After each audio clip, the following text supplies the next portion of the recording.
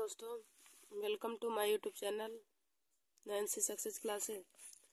दोस्तों, आज मैं क्लास 12 सब्जेक्ट केमिस्ट्री में मोस्ट इम्पॉर्टेंट टॉपिक बताऊंगी। तो आज का मेरा टॉपिक है नाइट्रोएरिन या नाइट्रोबेंजीन बनाने की विधि। देखिए दोस्तों, आज का टॉपिक है नाइट्रोएरिन या नाइट्रोबेंजीन के बनाने की विधि। देखिए, नाइट्रोबेंजीन को ही नाइट्रोएरिन भी कहा जाता है। तो नाइट्रोएरिन या नाइट्रोबेंजीन का फार्मूला हो जाएगा C6H5NO2 C6H5NO2 नाइट्रोबेंजीन। तो बनाने की हमारी विधि है नंबर 1 दोस्तों, प्रयोगशाला विधि।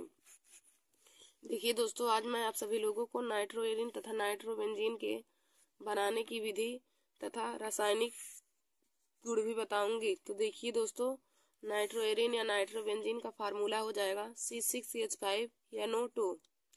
अब हम देखेंगे बनाने की विधि। तो बनाने की विधि में हमारी पहली हेडिंग है प्रयोगशाला विधि।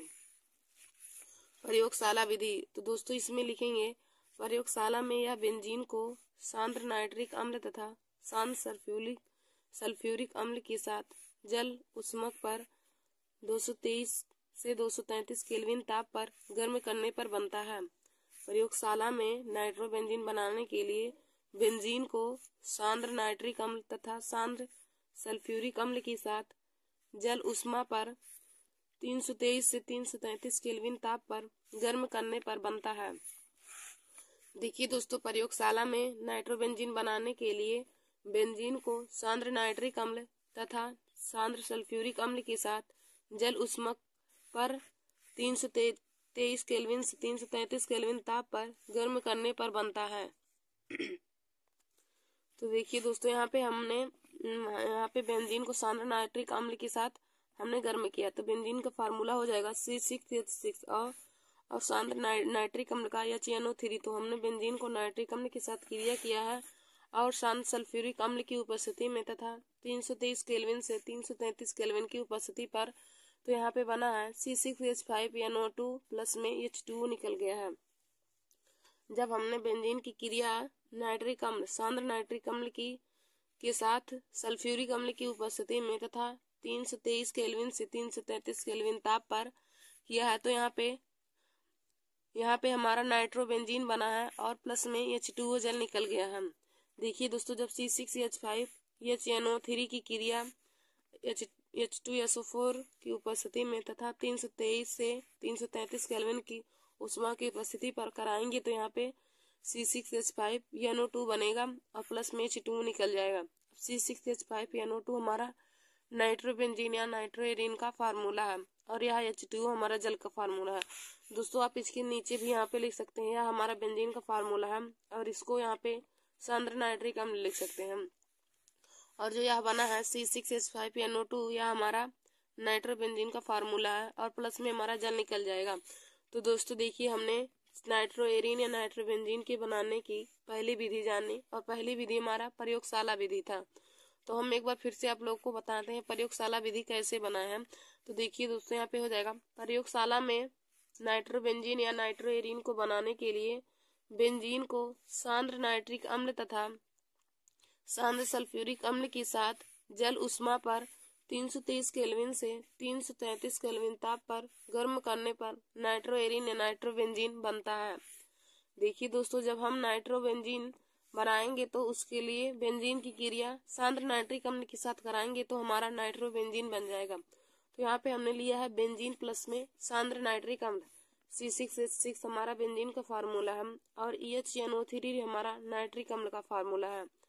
अब C6H6 जब नाइट्रिक अम्ल के साथ क्रिया करेगा H2SO4 की उपस्थिति में और 323 से 333 केल्विन ताप पर, तो हमारा बन जाएगा नाइट्रोबेंजीन यानी कि C6H5NO2 बन जाएगा और प्लस में जल भी हमारा निकल जाएगा, H2O हमारा जल निकल जाएगा, C6H5NO2 प्लस में H2O।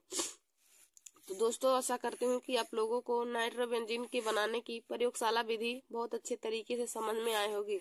देखिए दोस्तों, यहाँ पे जो हमारा दिया रहता है रिएक्शन करते समय आप इस फार्मूले का नाम भी लिख सकते हैं। नाम लिखने से एग्जामिनर आपकी कॉपी से बहुत खुश होते हैं और वह पूरा मार्क्स देने की कोशिश करते हैं। तो यहाँ पे देखिए, यह बेंजीन है तो आप सब लोग यहाँ पे नीचे बेंजीन लिख दीजिएगा ब्रैकेट में, और यहाँ नाइट्रिक अम्ल का हमारा फार्मूला है तो नाइट्रिक अम्ल भी लिख दीजिएगा। और यहाँ पे हमारा जब जो बना है तो यह नाइट्रोबेंजीन है, तो इसको आप लोग यहाँ पे लिख सकते हैं नीचे, यह नाइट्रोबेंजीन है और प्लस में हमारा जल निकला है। दूसरा हमारा बनाने की विधि है बेंजीन डाई एजोनियम क्लोराइड से। अब हम क्लोरोबेंजीन के बनाने की दूसरी विधि देखेंगे। तो दूसरी विधि हमारी देखिए दोस्तों किससे है, तो हम बेंजीन डाई एजोनियम क्लोराइड से भी क्लोरोबेंजीन या क्लोरोबेंजीन बना सकते हैं। तो देखिए दोस्तों बेंजीन डाई एजोनियम क्लोराइड से हम कैसे क्लोरोबेंजीन बनाएंगे उसको देखेंगे। तो यहाँ पे देखिए हमने लिखा है जब C6H5PN2Cl, यानी कि यह हमारा बेंजीन डाई एजोनियम क्लोराइड का फार्मूला है। जब बेंजीन डाई एजोनियम क्लोराइड को नाइट्रस अम्ल के साथ जब बेंजीन डाई एजोनियम क्लोराइड को नाइट्रस अम्ल के साथ क्यूप्रस ऑक्साइड की उपस्थिति में गर्म करते हैं तो नाइट्रोबेंजीन बनता है। देखिए दोस्तों बेंजीन डाई एजोनियम क्लोराइड से हम क्लोरोबेंजीन कैसे बनाएंगे। तो यहाँ पे हमने लिखा है कि जब बेंजीन डाई एजोनियम क्लोराइड को नाइट्रस अम्ल के साथ क्यूप्रस ऑक्साइड की उपस्थिति में गर्म करते हैं तो नाइट्रोबेंजीन बनता है। अब देखिए दोस्तों बेंजीन डाई एजोनियम क्लोराइड का फार्मूला हमारा यही है C6H5PN2Cl। तो जब हम C6H5PN2Cl की क्रिया नाइट्रस अम्ल के साथ क्यूप्रस ऑक्साइड की उपस्थिति में कराते हैं तो नाइट्रोबेंजीन बनता है। हमारा यहाँ पे दिया है दूसरा क्लोरोबेंजीन बनाने की विधि में बेंजीन डाई एजोनियम क्लोराइड से। तो देखिए दोस्तों बेंजीन डाई एजोनियम क्लोराइड से जब हम नाइट्रोबेंजीन बनाएंगे तो उसके लिए जब बेंजीन डाई एजोनियम क्लोराइड को नाइट्रस अम्ल के साथ क्यूप्रस ऑक्साइड की उपस्थिति में गर्म करते हैं तो नाइट्रोबेंजीन बनता है। अब दोस्तों हम रिएक्शन में लिखेंगे पहले NaNO2 प्लस में HCl, NaNO2 सोडियम नाइट्रेट की क्रिया सल्फ्यूरिक HCl हाइड्रोक्लोरिक अम्ल के साथ करेंगे तो यहाँ से हमारा बन जाएगा NaCl प्लस में HNO2। यहाँ से नाइट्रस अम्ल हमारा निकल गया, HNO2 नाइट्रस अम्ल का फार्मूला है। तो देखिए दोस्तों पहले हमने सोडियम नाइट्रस अम्ल की क्रिया हाइड्रोक्लोरिक अम्ल के साथ कराएंगे तो यहाँ से बन जाएगा NaCl प्लस में HNO2, यानी कि साधारण नमक बन जाएगा और यहाँ पे हमारा नाइट्रस अम्ल बन जाएगा। अब हम बेंजीन डाइएजोनियम क्लोराइड की क्रिया नाइट्रस अम्ल के साथ कराएंगे तो हमारा क्लोरोबेंजीन बन जाएगा। नाइट्रोबेंजीन या क्लोरोबेंजीन उसको चाहे जो भी कह सकते हैं। हम क्लोरोबेंजीन बनाना तो NO2 की जगह पे Cl रख देंगे। अब बेंजीन डाइएजोनियम क्लोराइड की क्रिया नाइट्रस अम्ल के साथ कराएंगे तो हो जाएगा यहाँ पे C6H5N2Cl प्लस में HNO2। अब दोस्तों यहाँ पे बेंजीन डाइएजोनियम क्लोराइड की क्रिया जब हम नाइट्रस अम्ल के साथ कराएंगे C6H5N2Cl की क्रिया HNO2 के साथ कराएंगे क्यूप्रस ऑक्साइड की उपस्थिति में तो हमारा बन जाएगा C6H5NO2 प्लस में HCl और प्लस में N2 हमारा बाहर निकल जाएगा, प्लस में N2 भी हमारा बाहर निकल जाएगा। देखिए दोस्तों जब C6H5N2Cl की क्रिया हम नाइट्रस अम्ल के साथ कराएंगे यानी कि HNO2 के साथ कराएंगे और क्यूप्रस ऑक्साइड की उपस्थिति में Cu2O की उपस्थिति में कराएंगे तो यहाँ पे बन जाएगा हमारा नाइट्रोबेंजीन यानी कि C6H5NO2 बन जाएगा और प्लस में HCl और प्लस में N2 हमारा बाहर निकल जाएगा। अब देखिए दोस्तों पहले हमने नाइट्रोबेंजीन बनाने की प्रयोगशाला विधि देखी, फिर हमने बेंजीन डाई एजोनियम क्लोराइड से बनाया। तो देखिए दोस्तों बेंजीन डाई एजोनियम क्लोराइड से जब बनाएंगे तो यहाँ पे लिखेंगे जब बेंजीन डाई एजोनियम क्लोराइड को नाइट्रस अम्ल के साथ क्यूप्रस ऑक्साइड की उपस्थिति में गर्म करते हैं तो नाइट्रोबेंजीन बनता है। जब बेंजीन डाई एजोनियम क्लोराइड को नाइट्रस अम्ल के साथ क्यूप्रस ऑक्साइड की उपस्थिति में गर्म करते हैं तो नाइट्रोबेंजीन बनता है। तो देखिए दोस्तों पहले हम नाइट्रस अम्ल को प्राप्त करते हैं। तो नाइट्रस अम्ल को प्राप्त करने के लिए पहले हमने NaNO2 की क्रिया हाइड्रोक्लोरिक अम्ल यानी कि HCl के साथ कराया, NaNO2 की क्रिया HCl के साथ कराया। तो देखिए दोस्तों NaNO2 जब HCl के साथ क्रिया करेगा तो यहाँ से निकल कर इसकी HCl के साथ क्रिया करके NaCl बना लेगा और प्लस में हमारा HNO2 बच जाएगा। तो हो जाएगा हमारा NaCl और प्लस में HNO2। NaCl प्लस में HNO2। अब देखिए दोस्तों हमारा NaCl बना प्लस में HNO2। अब हमारा नाइट्रस अम्ल प्राप्त हो गया, HNO2 हमारा नाइट्रस अम्ल प्राप्त हो गया। अब हम नाइट्रस अम्ल की क्रिया बेंजीन डाइअमोनियम क्लोराइड के साथ कराएंगे। तो यहाँ पे हो जाएगा C6H5N2Cl प्लस में HNO2।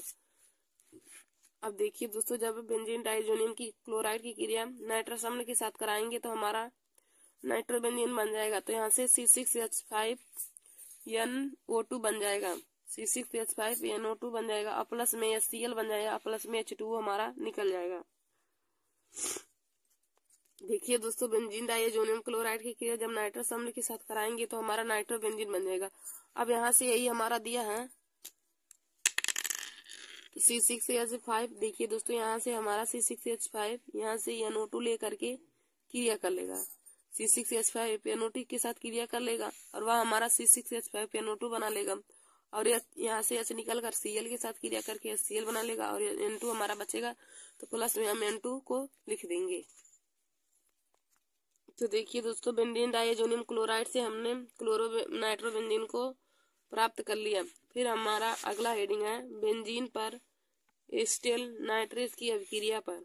बेंजीन पर एस्टेल नाइट्रेट की अभिक्रिया से जब हम बनाएंगे तो हमारा नाइट्रोबेंजीन बनेगा। तो हम बेंजीन पर एस्टेल नाइट्रेट की क्रिया से देखते हैं। देखिए दोस्तों तो इसमें लिखेंगे बेंजीन की एस्टेल नाइट्रेट से क्रिया कराने पर, बेंजीन की एस्टेल नाइट्रेट से क्रिया कराने पर बेंजीन नाइट्रोबेंजीन या नाइट्रोबेंजीन बनता है। देखिए दोस्तों जब बेंजीन की क्रिया एस्टेल नाइट्रेट से कराते हैं तो नाइट्रोबेंजीन बनता है। अब हम यहाँ पे लिखेंगे बेंजीन प्लस में, यह हमारा एस्टेल नाइट्रेट का फार्मूला है CH3COO एस्टेल नाइट्रेट। एस्टेल नाइट्रेट का फार्मूला हो जाएगा CH3COO। अब हम जब बेंजीन की क्रिया CH3COO के साथ कराएंगे तो हमारा बन जाएगा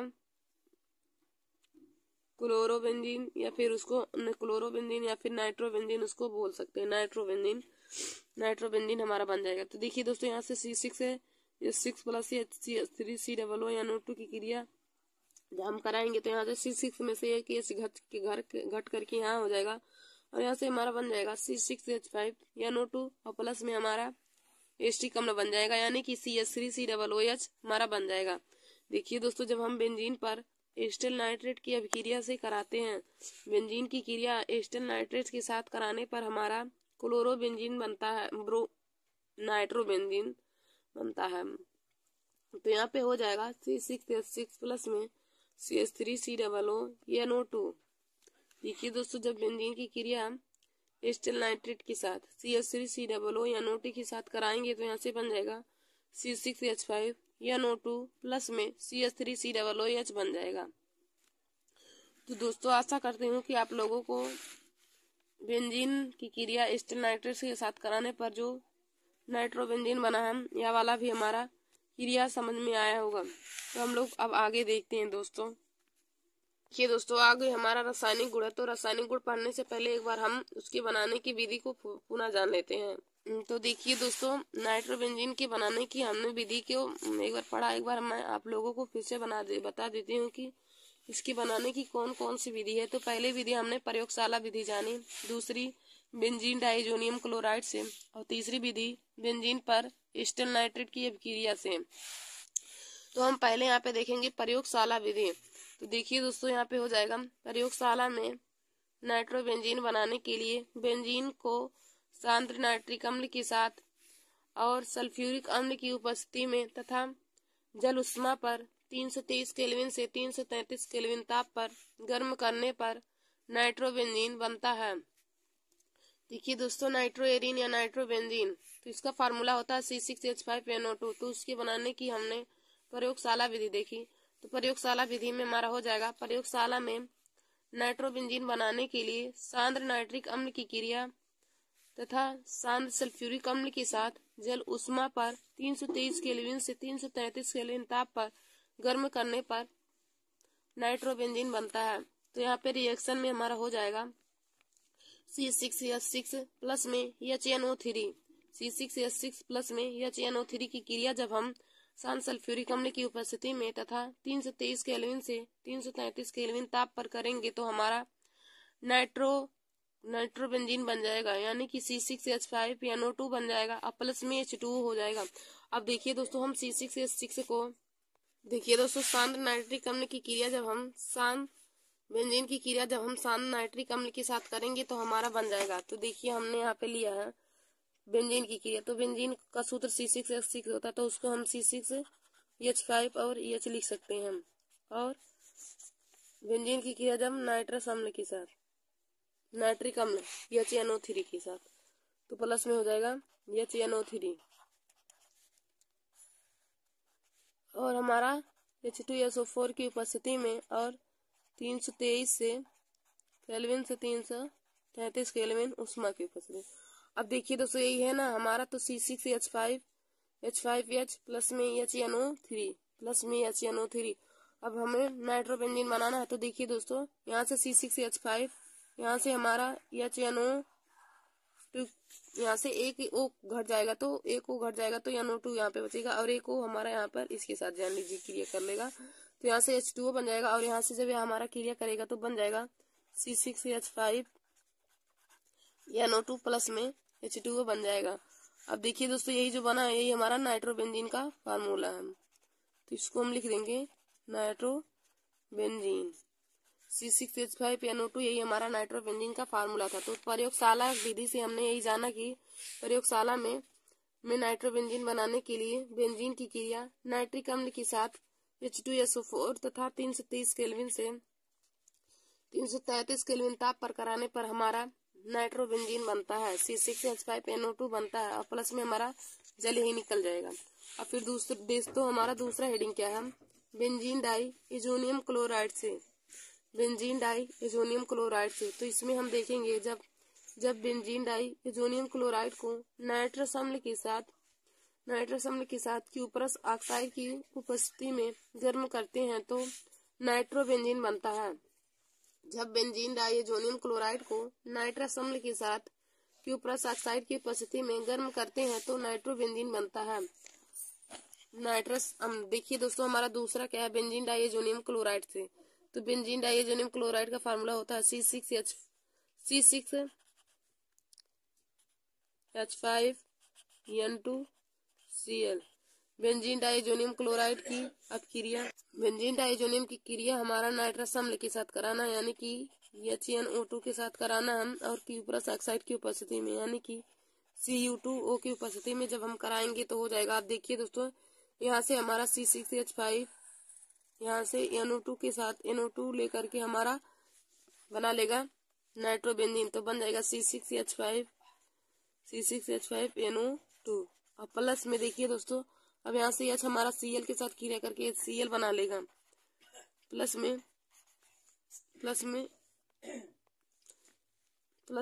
प्लस में N2 हमारा निकल जाएगा। तो यहाँ हमारा नाइट्रोबेंजीन प्राप्त हो गया और यहाँ हाइड्रोक्लोरिक अम्ल और N2 हमारा निकल जाएगा। तो हमारा दूसरा था कि बेंजीन डाइएजोनियम क्लोराइड से। तो जब बेंजीन डाइएजोनियम क्लोराइड की क्रिया नाइट्रस अम्ल के साथ क्यूप्रस ऑक्साइड की उपस्थिति में कराएंगे तो नाइट्रोबेंजीन बन जाएगा। तो देखिए दोस्तों, यहाँ पे हमने रिएक्शन में लिया है बेंजीन डाइएजोनियम क्लोराइड। यहाँ हमारा बेंजीन डाइएजोनियम क्लोराइड का फार्मूला है C6H5N2Cl और उसकी क्रिया जब नाइट्रस अम्ल यानी कि HNO2 की उपस्थिति में HNO2 के साथ कराएंगे तो हमारा नाइट्रोबेंजीन बनेगा और प्लस में HCl प्लस N2 निकल जाएगा।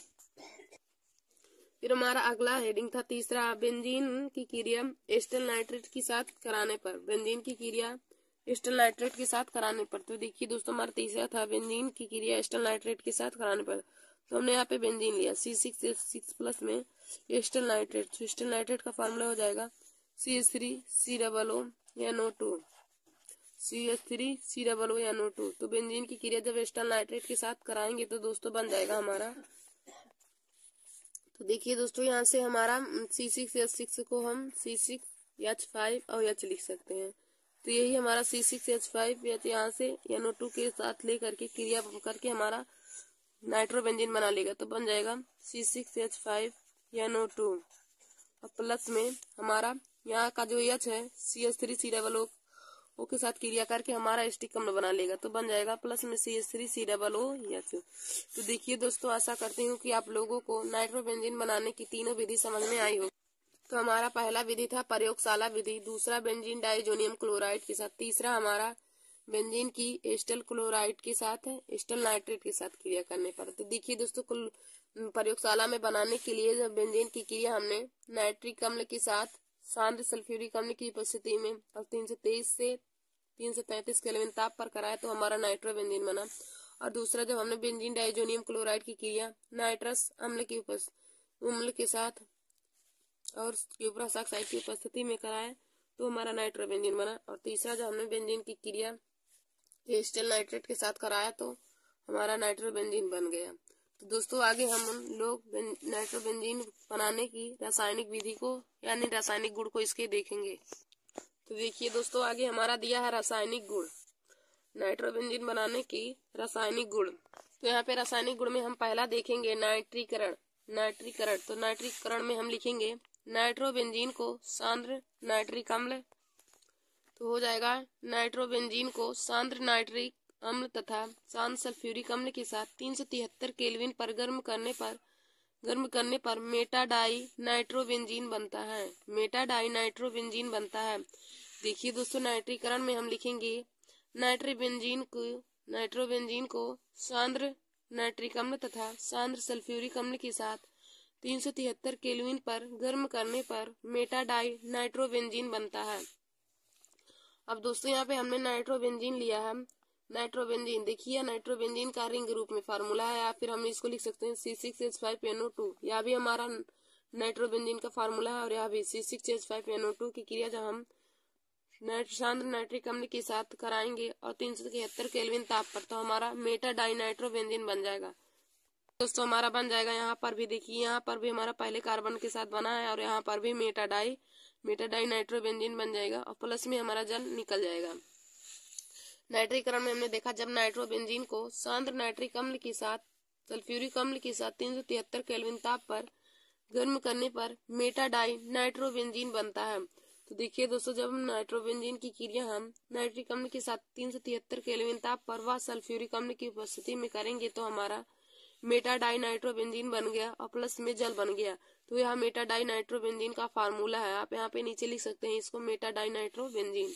फिर हमारा अगला है हैलोजनीकरण द्वारा। हैलोजनीकरण यानी कि फ्लोरो क्लोरो ब्रोमो आयोडो में से कोई एक हम ले सकते हैं। तो हैलोजनीकरण में देखिए दोस्तों, यहाँ पे क्या लिखेंगे, हैलोजन वाहक की उपस्थिति में हैलोजन के साथ उच्च ताप पर अभिक्रिया द्वारा यह मेटा हैलो व्युत्पन्न देता है। देखिए दोस्तों, हैलोजनीकरण में हैलोजन वाहक की उपस्थिति में यह हैलोजन के साथ उच्च ताप पर अभिक्रिया द्वारा यह मेटा हैलो व्युत्पन्न बनाता है। अब यहाँ पे जब हमने नाइट्रोबेंजीन की क्रिया क्लोरीन के साथ कराई है, यानी कि यह हैलोजन हमारा है, फ्लोरो क्लोरो ब्रोमो आयोडो, यह सभी हमारे हैलोजन है, तो Cl भी हमारा हैलोजन है। तो Cl2 के साथ जब करेगा और Fe या फिर Cl3 की उपस्थिति में तो हमारा मेटा हैलो व्युत्पन्न देगा। तो यहाँ पे बन जाएगा, यह मेटा हैलो व्युत्पन्न का फार्मूला है मेटा हैलो बेंजीन, और प्लस में हमारा जल HCl निकल जाएगा, यानी कि हाइड्रोक्लोरिक अम्ल निकल जाएगा। फिर हमारा तीसरा है सल्फोनीकरण द्वारा। तो देखिए दोस्तों, इसमें हो जाएगा नाइट्रोबेंजीन को सांद्र सल्फ्यूरिक अम्ल के साथ लगभग 373 केल्विन ताप पर गर्म करने पर यह मेटा नाइट्रोबेंजीन सल्फोनिक अम्ल बनाता है। मेटा नाइट्रोबेंजीन सल्फोनिक अम्ल बनाता है। देखिए दोस्तों, जब नाइट्रोबेंजीन को सांद्र सल्फ्यूरिक अम्ल के साथ लगभग 373 केल्विन पर गर्म करने पर यह मेटा नाइट्रोबेंजीन सल्फोनिक अम्ल बनाता है। तो हमने यहाँ पे नाइट्रोबेंजीन की क्रिया सांद्र सल्फ्यूरिक अम्ल के साथ 373 केल्विन ताप पर किया है। तो जब हम 373 केल्विन ताप पर करेंगे तो यहाँ पे मेटा नाइट्रोबेंजीन सल्फोनिक अम्ल बन जाएगा और प्लस में हमारा जल निकल जाएगा।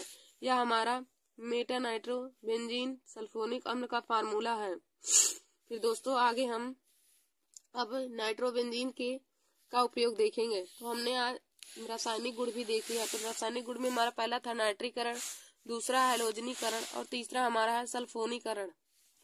इसके बाद हम उपयोग देखेंगे कि नाइट्रोबेंजीन के क्या क्या उपयोग हैं। तो दोस्तों इसमें लिखेंगे एनिलीन तथा बेंजोडीन एंजोरंजक बनाने में, एनिलीन तथा बेंजोडीन एंजोरंजक बनाने में। देखिए दोस्तों, नाइट्रोबेंजीन का उपयोग एनिलीन तथा बेंजोडीन एंजोरंजक बनाने में किया जाता है। फिर हमारा दूसरा है सस्ते साबुनों तथा पालिश को सुगंधित करने में। नाइट्रोबेंजीन का उपयोग सस्ते साबुनों तथा पालिश को सुगंधित करने में किया जाता है। फिर हमारा तीसरा है नाइट्रोबेंजीन का उपयोग कार्बनिक संश्लेषण में ऑक्सीकारक के रूप में किया जाता है। नाइट्रोबेंजीन का उपयोग कार्बनिक संश्लेषण में ऑक्सीकारक के रूप में किया जाता है। फिर हमारा चौथा दिया है विभिन्न विस्फोटकों जैसे टीएनटी, टीएनबी। टीएनबी का दोस्तों फार्मूला मतलब फुल नेम हो जाएगा ट्राई नाइट्रोबेंजीन, और टीएनटी का हमारा हो जाएगा ट्राई नाइट्रोटाल्वीन। टीएनटी का मतलब हो जाएगा ट्राई नाइट्रोटाल्वीन और टीएनबी का हो जाएगा ट्राई नाइट्रोबेंजीन। फिर आरडीएक्स तथा एचएमएक्स आदि के निर्माण में किया जाता है। देखिए दोस्तों, हमने नाइट्रोबेंजीन का उपयोग देखा, तो देखिए दोस्तों उपयोग में हमारा हो जाएगा पहला नंबर 1 एनिलीन तथा बेंजोडीन एंजोरंजक बनाने में।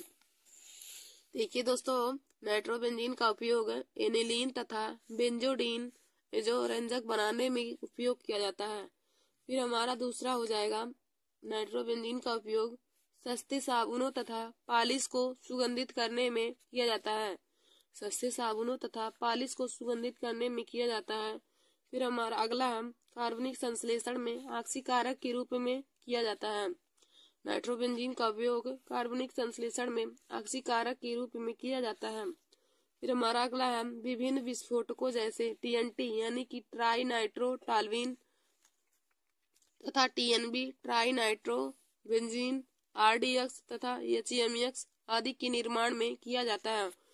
तो दोस्तों, आज मैंने आप सभी लोगों को नाइट्रोबेंजीन के बनाने की विधि तथा रासायनिक गुण और उसके उपयोग को बता दिया है।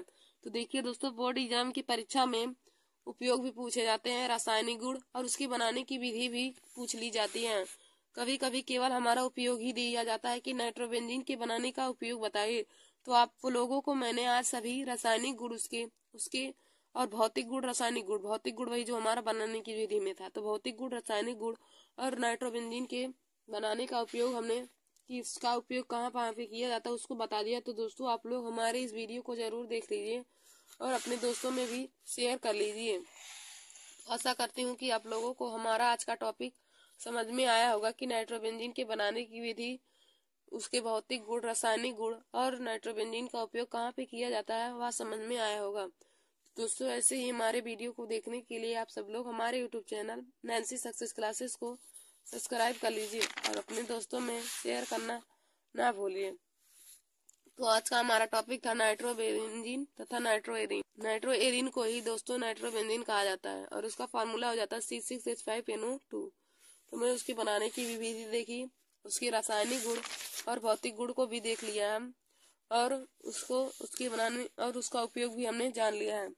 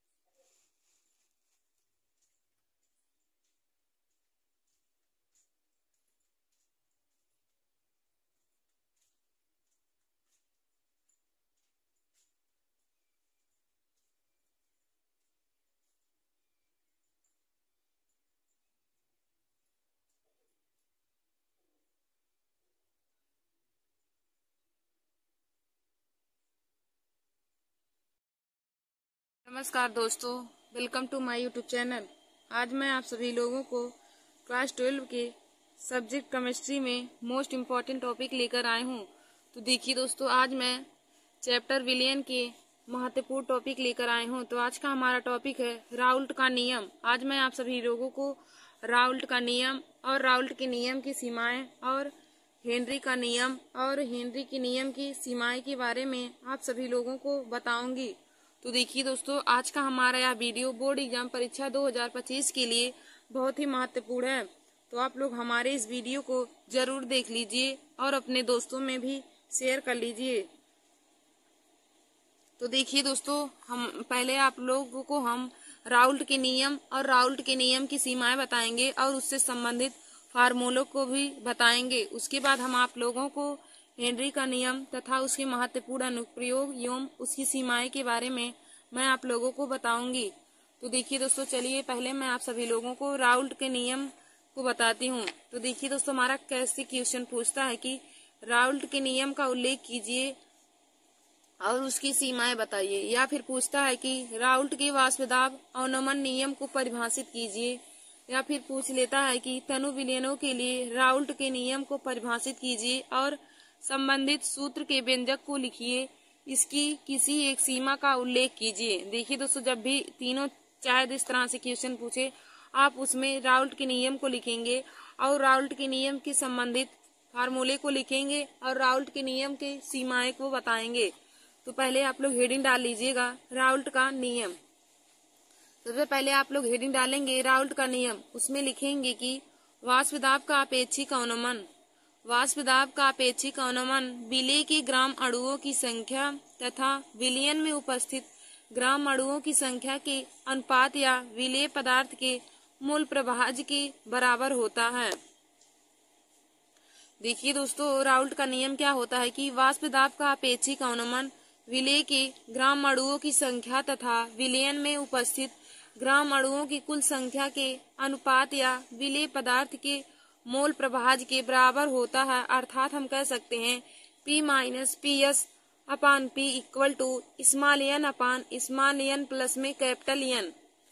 देखिए दोस्तों, राउल्ट का नियम होता है कि वाष्पदाब का अपेक्षिक अनुमान, वाष्पदाब का अपेक्षिक अनुमान विलेय के ग्राम अणुओं की संख्या तथा विलयन में उपस्थित ग्राम अणुओं की संख्या के अनुपात या विलेय पदार्थ के मूल प्रभाज्य के बराबर होता है। अर्थात हम परिभाषा से फार्मूले को प्राप्त कर सकते हैं P minus PS upon P equal to small n upon small n plus में कैपिटल N। देखिए दोस्तों, हमारा राउल्ट के नियम से फार्मूला प्राप्त होता है कि P माइनस में PS upon P equal to small n upon में स्मॉल n प्लस में कैपिटल N। अब देखिए दोस्तों, यहाँ पर हम प्रयुक्त संकेतों के अर्थ के जानेंगे, प्रयुक्त संकेतों के अर्थ को जानेंगे। देखिए दोस्तों, जहाँ पे स्मॉल n है, स्मॉल n हमारा है, स्मॉल n है विलेय के ग्राम अणुओं की संख्या, स्मॉल n है, यहाँ स्मॉल n है विलेय के ग्राम अणुओं की संख्या, स्मॉल n है विलेय के ग्राम अणुओं की संख्या, विलेय के ग्राम अणुओं की संख्या स्मॉल n है। अब फिर देखिए दोस्तों, कैपिटल N क्या है, तो कैपिटल N बराबर लिखेंगे विलायक के ग्राम अणुओं की संख्या। स्मॉल n विलेय के ग्राम अणुओं की संख्या है और कैपिटल N है विलायक के ग्राम अणुओं की संख्या। कैपिटल N है विलायक के ग्राम अणुओं की संख्या। कैपिटल N हो जाएगा विलायक के ग्राम अणुओं की संख्या,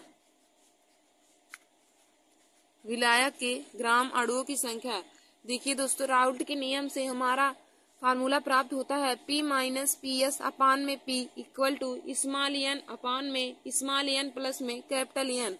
अब देखिए दोस्तों, जहाँ पे हमारा स्मॉल n होता है विलेय के ग्राम अणुओं की संख्या, कैपिटल N होता है विलायक के ग्राम अणुओं की संख्या, और कैपिटल N हो जाएगा विलायक के ग्राम अणुओं की संख्या।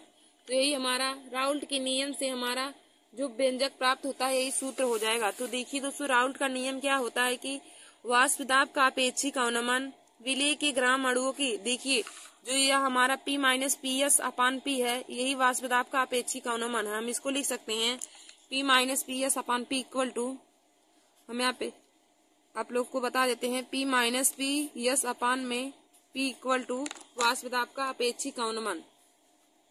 यह हमारा पूरा जो P minus P S upon P है, यह वाष्प दाब का अपेक्षिक अवनमन है। वाष्प दाब का अपेक्षिक अवनमन, वाष्प दाब का अपेक्षिक अवनमन। देखिए दोस्तों, P minus P S upon P equal to है वाष्प दाब का अपेक्षिक अवनमन। तो हम लिख सकते हैं कि इसका परिभाषा हो जाएगा, राउल्ट का नियम क्या हो जाएगा कि वाष्प दाब का अपेक्षिक अवनमन विलेय के ग्राम अणुओं की संख्या, विलेय के ग्राम अणुओं की संख्या तथा विलयन में उपस्थित ग्राम अणुओं की कुल संख्या के अनुपात या विलेय पदार्थ के मोल प्रभाज के बराबर होता है। इसे ही राउल्ट का नियम कहते हैं। अर्थात राउल्ट के नियम से हमारा फार्मूला हो जाएगा P minus P S upon P equal to small N upon में स्मॉल एन प्लस में कैपिटल एन। तो देखिए दोस्तों, राउल्ट के नियम से ही हमारा फार्मूला प्राप्त होता है P माइनस में P S upon P equal to small N upon में हो जाएगा स्मॉल एन प्लस में कैपिटल एन। अब देखिए दोस्तों, इसमें हम प्रयुक्त संकेतों की अर्थ को जानेंगे। तो देखिए दोस्तों, स्मॉल एन जो हमारा है, यह विलेय के ग्राम अणुओं की संख्या है। स्मॉल एन जो है विलेय के ग्राम अणुओं की संख्या है। कैपिटल एन है विलेय के ग्राम अणुओं की संख्या, कैपिटल एन विलायक के ग्राम अणुओं की संख्या है, और स्मॉल एन विलेय के ग्राम अणुओं की संख्या है। फिर उसके बाद हम देखेंगे जो P minus P S upon P है, यह वाष्प दाब का अपेक्षिक अवनमन है। P माइनस में पी एस अपान में P, यह वाष्प दाब का अपेक्षिक अवनमन है। तो देखिए दोस्तों, राउल्ट के नियम का यही फार्मूला प्राप्त होता है। तो आप लोग इसको तैयार कर लीजिए। इससे संबंधित क्वेश्चन भी बोर्ड एग्जाम की परीक्षा में पूछे जाते हैं। तो दोस्तों, मैंने आप लोगों को राउल्ट का नियम बता दिया। अब इसके बाद मैं आप लोगों को राउल्ट के नियम की सीमाएं बताऊंगी। तो आप लोग हेडिंग डाल लीजिए, राउल्ट के नियम की सीमाएं। तो देखिए दोस्तों, आप लोग अब हेडिंग डालेंगे राउल्ट के नियम की सीमाएं। तो इसमें लिखेंगे नंबर 1, राउल्ट के नियम की सीमाएं में नंबर 1 लिखेंगे राउल्ट का नियम केवल अवाष्पशील विद्युत अनअपघट्यों के तनु विलयन पर ही लागू होता है। राउल्ट का नियम केवल अवाष्पशील विद्युत अनअपघट्यों के तनु विलयन पर ही लागू होता है। नंबर 2 हमारा हो जाएगा कि जो पदार्थ विलयन में संगुणित हैं या फिर मिले हुए हैं, उन पर राउल्ट का नियम लागू नहीं होता है। देखिए दोस्तों, हमारा दूसरा क्या हो जाएगा, नंबर 2, जो पदार्थ विलयन में संगुणित हैं, उन पर राउल्ट का नियम लागू नहीं होता है। फिर हमारा तीसरा हो जाएगा जो विद्युत अपघट्य विलयन में वियोजित हो जाते हैं, जो विद्युत अपघट्य विलयन में वियोजित हो जाते हैं, उन पर राउल्ट का नियम लागू नहीं होता है। देखिए दोस्तों, राउल्ट के नियम की हमने आप लोगों को 3 सीमाएं बताए हैं। तो राउल्ट के नियम की सीमाएं नंबर 1 है हमारा, नंबर 1 है कि राउल्ट का नियम केवल अवाष्पशील विद्युत अनअपघट्यों के तनु विलयन पर ही लागू होता है। राउल्ट का नियम केवल अवाष्पशील विद्युत अनअपघट्यों के तनु विलयन पर ही लागू होता है। देखिए दोस्तों, राउल्ट का नियम की सीमाएं नंबर 1 है कि राउल्ट का नियम केवल अवाष्पशील विद्युत अनअपघट्यों के तनु विलयन पर ही लागू होता है। नंबर 2 आप लोग लिखेंगे कि जो पदार्थ विलयन में संगुणित होते हैं, उन पर राउल्ट का नियम लागू नहीं होता है। जो पदार्थ विलयन में संगुणित होते हैं, उन पर राउल्ट का नियम लागू नहीं होता है। हमारा तीसरा है कि जो विद्युत अपघट्य विलयन में वियोजित हो जाते हैं, जो विद्युत अपघट्य विलयन में वियोजित हो जाते हैं, उन पर भी राउल्ट का नियम लागू नहीं होता है। तो दोस्तों, मैंने आप लोगों को राउल्ट के नियम की 3 सीमाएं बताए हैं। तो नंबर 1 सीमा हमारा हो जाएगा राउल्ट के नियम की, नंबर 1 सीमा हो जाएगा कि राउल्ट का नियम केवल अवाष्पशील विद्युत अनअपघट्यों के तनु विलयन पर ही लागू होता है। राउल्ट का नियम केवल अवाष्पशील विद्युत अनअपघट्यों के तनु विलयन पर लागू होता है। नंबर दूसरा हमारा हो जाएगा जो पदार्थ विलयन में संगुणित होते हैं या फिर विलयन में मिल जाते हैं उन पर राउल्ट का नियम नहीं लागू होता है। फिर हमारा तीसरा हो जाएगा कि जो विद्युत अपघट्य विलयन में वियोजित हो जाते हैं उन पर राउल्ट का नियम लागू नहीं होता है। देखिए दोस्तों, हमने आप लोगों को राउल्ट का नियम और राउल्ट के नियम से संबंधित फार्मूला और राउल्ट के नियम की सीमाएं बता दिया। तो हमारा टॉपिक पहला था कि राउल्ट का नियम लिखिए और राउल्ट के नियम से संबंधित फार्मूला लिखिए तथा इसकी कोई एक सीमा लिखिए। तो देखिए दोस्तों, मैं आप लोगों को एक बार फिर से इन सभी के बारे में बता देती हूँ। तो पहले आप लोग हेडिंग डालेंगे राउल्ट का नियम, हेडिंग डालेंगे राउल्ट का नियम। इसमें लिखेंगे कि वाष्प दाब का अपेक्षिक अवनमन, वाष्प दाब का अपेक्षिक अवनमन विलेय के ग्राम अणुओं की संख्या तथा विलयन में उपस्थित ग्राम अणुओं की संख्या के अनुपात या विलेय पदार्थ के मोल प्रभाज्य के बराबर होता है। वाष्प दाब का अपेक्षिक अवनमन विलेय के ग्राम अणुओं की संख्या तथा विलयन में उपस्थित ग्राम अणुओं की संख्या के अनुपात या विलेय पदार्थ के मोल प्रभाज्य के बराबर होता है। अर्थात हम इस नियम से फार्मूला लिख सकते हैं कि P minus P S upon P equal to small N upon small N plus में कैपिटल एन हो जाएगा। देखिए दोस्तों, राउल्ट के नियम से हमारा फार्मूला निकल आएगा P माइनस में P S upon P equal to small N upon में स्मॉल एन प्लस में कैपिटल एन। अब देखिए दोस्तों, इसमें हम प्रयुक्त संकेतों को अर्थ को बताएंगे। तो फार्मूला होता है P minus P S upon P equal to small N upon में स्मॉल एन प्लस में कैपिटल एन हो जाएगा। अब दोस्तों, आप इसमें प्रयुक्त संकेतों के अर्थ को जानेंगे। तो स्मॉल एन जो है यह विलेय के ग्राम अणुओं की संख्या है, स्मॉल एन जो है इसमें विलेय के ग्राम अणुओं की संख्या है और कैपिटल एन जो है विलायक के ग्राम अणुओं की संख्या है। और P माइनस में पी एस अपान P है वाष्प दाब का अपेक्षिक अवनमन। P minus P S upon P equal to है जो P minus P S upon P है यह वाष्प दाब का अपेक्षिक अवनमन है। फिर आप आगे हम हेडिंग डालेंगे कि राउल्ट के नियम की सीमा है। हमने आप लोग को राउल्ट का नियम बता दिया। अब आप लोग हेडिंग आगे डालेंगे कि राउल्ट के नियम की सीमाएं। तो राउल्ट के नियम की सीमाएं में लिखेंगे नंबर 1 करके कि राउल्ट का नियम केवल अवाष्पशील जिसमें वाष्पशील ना हो, मतलब कि राउल्ट का नियम केवल अवाष्पशील विद्युत अनपघट्यों के तनु विलयन पर ही लागू होता है। राउल्ट का नियम केवल अवाष्पशील विद्युत अनपघट्यों के तनु विलयन पर ही लागू होता है। नंबर दूसरा हो जाएगा हमारा जो पदार्थ विलयन में संगुणित होते हैं या फिर विलयन में घुलित हो जाते हैं उन पर राउल्ट का नियम लागू नहीं होता है।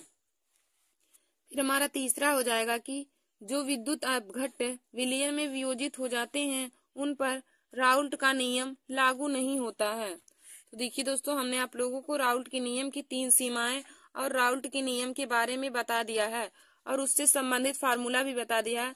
तो दोस्तों, आप लोग उससे संबंधित फार्मूले को जरूर याद कर लीजिए क्योंकि इससे संबंधित क्वेश्चन भी बोर्ड एग्जाम की परीक्षा में पूछे जाते हैं। अब हम आप लोगों को आगे हेनरी का नियम तथा उसके कुछ सीमाएं के बारे में बताऊंगी। आप लोगों को हेनरी का नियम तथा हेनरी के नियम की क्या सीमाएं हैं। तो देखिए दोस्तों, हमारा अगला है हेनरी का नियम तथा कुछ महत्वपूर्ण अनुप्रयोग एवं इसकी सीमाएं को बताइए। तो आप लोग पहले हेडिंग डालेंगे हेनरी का नियम। हेनरी का नियम, इसमें लिखेंगे हेनरी का नियम 1803 के अनुसार 1803 में हेनरी के नियम के अनुसार किसी गैस का वाष्प अवस्था में आंशिक दाब कैपिटल P विलयन में गैस के मोल प्रभाज्य के समानुपाती होता है। देखिए दोस्तों, हेनरी का नियम क्या कहता है कि हेनरी के नियमानुसार किसी गैस का वाष्प अवस्था में आंशिक दाब कैपिटल P हो जाएगा। आंशिक दाब कैपिटल P विलयन में गैस के मोल प्रभाज्य के समानुपाती होता है। अर्थात हम कह सकते हैं P समानुपाती यक्ष। और देखिए दोस्तों, जब समानुपाती का चिन्ह हटता है तो कोई एक कांस्टेंट लगता है। तो यहाँ पे हम KH कांस्टेंट लगा देंगे तो P बराबर हो जाएगा KH इंटू में यक्ष हो जाएगा। हेनरी का नियम कहता है कि सन 1803 ईस्वी में हेनरी की नियमानुसार, देखिए दोस्तों, हेनरी का नियम 1803 ईस्वी में बना था। तो 1803 में हेनरी के नियम के अनुसार किसी गैस का वाष्प अवस्था में आंशिक दाब P, किसी भी गैस का वाष्प अवस्था में आंशिक दाब P विलयन में गैस के मूल प्रभाज्य यक्ष के समानुपाती होता है। अर्थात हम कह सकते हैं P समानुपाती यक्ष। और देखिए दोस्तों, जब समानुपाती का चिन्ह हटता है तो वहां पे कोई कांस्टेंट लगता है, तो हम लिख सकते हैं P equal to KH into में यक्ष। यहाँ पर KH हमारा एक कांस्टेंट है जिसको हम हेनरी स्थिरांक कह सकते हैं। KH यहाँ पे हमारा हेनरी स्थिरांक है और यक्ष मोल प्रभाज है और P आंशिक दाब है। P आंशिक दाब है और यक्ष मोल प्रभाज है। KH हेनरी स्थिरांक है। तो देखिए दोस्तों, हेनरी के नियम से हमारा फार्मूला क्या प्राप्त होता है? P समानुपाती यक्ष होता है, क्योंकि हेनरी का नियम कहता है कि किसी गैस का वाष्प अवस्था में आंशिक दाब, किसी भी गैस का वाष्प अवस्था में आंशिक दाब P गैस के मूल प्रभाज्य यक्ष के समानुपाती होता है। तो देखिए दोस्तों, हम लिख देंगे P समानुपाती यक्ष। अब यहाँ से जब समानुपाती का चिन्ह हटेगा तो कोई कांस्टेंट लगेगा, तो हो जाएगा P equal to KH into में यक्ष हो जाएगा। P इक्वल टू हो जाएगा KH इंटू में यक्ष। अब देखिए दोस्तों, यह जो KH हमारा है हेनरी स्थिरांक है, तो हम यहाँ लिख देंगे जहाँ KH बराबर, हम लिखेंगे जहाँ P बराबर, यक्ष बराबर और KH बराबर। अब तीनों के अर्थ को जानेंगे यहाँ पे कौन क्या है। तो देखिए दोस्तों, P हमारा आंशिक दाब है, जहाँ हम लिखेंगे P आंशिक दाब है, P आंशिक दाब है और यक्ष मोल प्रभाज है। P आंशिक दाब है, यक्ष मोल प्रभाज है और KH जो है यह हेनरी स्थिरांक है। KH है यह हेनरी स्थिरांक है, हेनरी स्थिरांक है। देखिए दोस्तों, P आंशिक दाब है, यक्ष मोल प्रभाज है और KH हेनरी स्थिरांक है। तो राउल्ट का नियम कहता है कि किसी भी गैस का हेनरी का नियम कहता है कि किसी गैस का वाष्प अवस्था में आंशिक दाब P विलयन में गैस के मूल प्रभाज्य यक्ष के समानुपाती होता है। अर्थात P समानुपाती यक्ष हो जाएगा, P समानुपाती यक्ष हो जाएगा। और देखिए दोस्तों, जब समानुपाती का चिन्ह हटेगा तो कोई एक स्थिरांक लग जाएगा, तो P इक्वल टू हो जाएगा KH इंटू में यक्ष। अब यहाँ पे जो हमारा KH है यह हेनरी स्थिरांक है और P आंशिक दाब है, यक्ष मूल प्रभाज है और KH हेनरी स्थिरांक है। तो देखिए दोस्तों, हेनरी के नियम का फार्मूला यही होता है। हेनरी के नियम का फार्मूला होता है P equal to KH into में यक्ष हो जाएगा। फिर देखिए दोस्तों, आगे हम लोग हेनरी के नियम की सीमाएं के बारे में जानेंगे। तो देखिए दोस्तों, हमारा आगे हो जाएगा हेनरी के नियम की सीमाएं। आप लोग हेडिंग डालिए हेनरी के नियम की सीमाएं। तो इसमें हम लिखेंगे कि हेनरी के नियम की निम्नलिखित सीमाएं हैं। हेनरी के नियम की निम्नलिखित सीमाएं हैं। नंबर 1 लिखेंगे इसमें, हेनरी का नियम केवल आदर्श गैस के लिए मान्य है। हेनरी का नियम केवल आदर्श गैस के लिए मान्य है।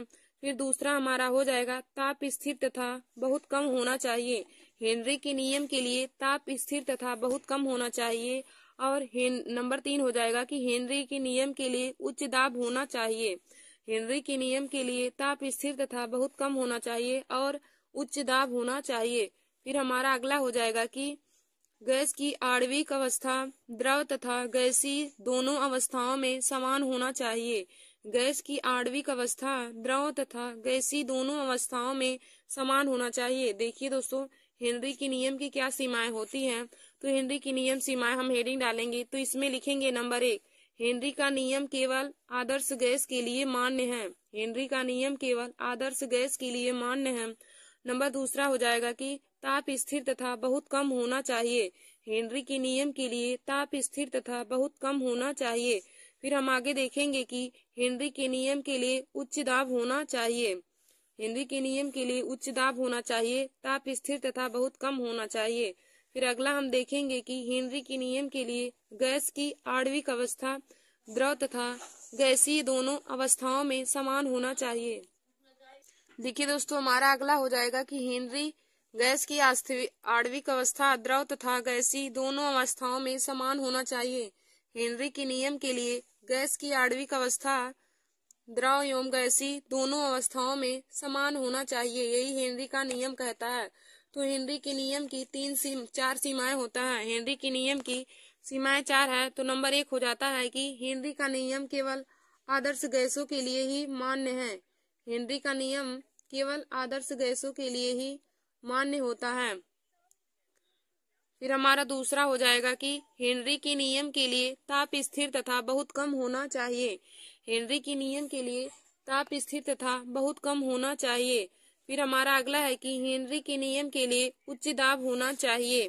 फिर हमारा अगला हो जाएगा कि गैस की आणविक अवस्था द्रव तथा गैसी दोनों अवस्थाओं में सामान्य होना चाहिए। देखिए दोस्तों, हेनरी के नियम तथा हेनरी के नियम की सीमाएं हमने आप लोगों को बता दिया और इससे संबंधित फार्मूले को बता दिया है। तो हम एक बार आप लोगों को पुनः बता देते हैं कि हेनरी का नियम और उसकी सीमाएं के बारे में। तो आप लोग पहले हेडिंग डालेंगे हेनरी का नियम। इसमें लिखेंगे कि सन 1803 ईस्वी में हेनरी के नियमानुसार सन 1803 ईस्वी में हेनरी के नियमानुसार किसी गैस का वाष्पावस्था में आंशिक दाब P, किसी गैस का वाष्पावस्था में आंशिक दाब P विलयन में गैस के मूल प्रभाज्य अक्ष के समानुपाती होता है। किसी गैस का वाष्पावस्था में आंशिक दाब P विलयन में गैस के मूल प्रभाज्य अक्ष के समानुपाती होता है। अर्थात हम कह सकते हैं नियम से P समानुपाती हो जाएगा यक्ष के। अब देखिए दोस्तों, जब समानुपाती का चिन्ह हटता है तो वहाँ पे कोई एक कांस्टेंट लगता है। तो हम जब समानुपाती का चिन्ह हटाएंगे तो हो जाएगा P इक्वल टू के एच इंटू में यक्ष हो जाएगा। P इक्वल टू हो जाएगा के एच इंटू में यक्ष हो जाएगा। अब देखिए दोस्तों, हेनरी के नियम से होता है कि आंशिक दाब विलयन के मूल प्रभाज्य के समानुपाती होता है, तो P समानुपाती यक्ष हो जाएगा। अब समानुपाती का चिन्ह हटेगा तो यहाँ पे कांस्टेंट आ जाएगा, तो P इक्वल टू हो जाएगा के एच इंटू में यक्ष हो जाएगा। अब देखिए दोस्तों, हम यहाँ पे प्रयुक्त संकेतों को अर्थ के जानेंगे। यही देखिए हमारा हेनरी के नियम का फार्मूला होता है। जब भी आपसे पूछे तो आप लोग यही फार्मूला लिखेंगे या बताएंगे P इक्वल टू के एच इंटू में यक्ष। तो देखिए दोस्तों, जहाँ पे P आंशिक दाब है, यक्ष मूल प्रभाज्य है और के एच हेनरी स्थिरांक है। तो हमने आज आप सभी लोगों को हेनरी का नियम, हेनरी के नियम की सीमाएं और राउल्ट का नियम और राउल्ट के नियम की सीमाएं के बारे में बता दिया है। तो दोस्तों, आप लोग इसे जरूर अपने कॉपी में नोट कर लीजिएगा। और देखिए दोस्तों, यह बोर्ड एग्जाम परीक्षा के दृष्टि से बहुत ही महत्वपूर्ण टॉपिक है, क्योंकि दोनों नियम में से एक नियम आपको बोर्ड एग्जाम परीक्षा 2025 में जरूर पूछा जाएगा। तो आप लोग दोनों का राउल्ट और हेनरी का नियम तैयार कर लीजिए, उससे संबंधित फार्मूले को भी और दोनों नियम की सीमाएं को भी तैयार कर लीजिएगा। धन्यवाद दोस्तों। ऐसे हमारे वीडियो को देखने के लिए आप सभी लोग हमारे YouTube channel Nancy success classes को सब्सक्राइब कर लीजिए और दोस्तों में शेयर करना ना भूलें। धन्यवाद दोस्तों।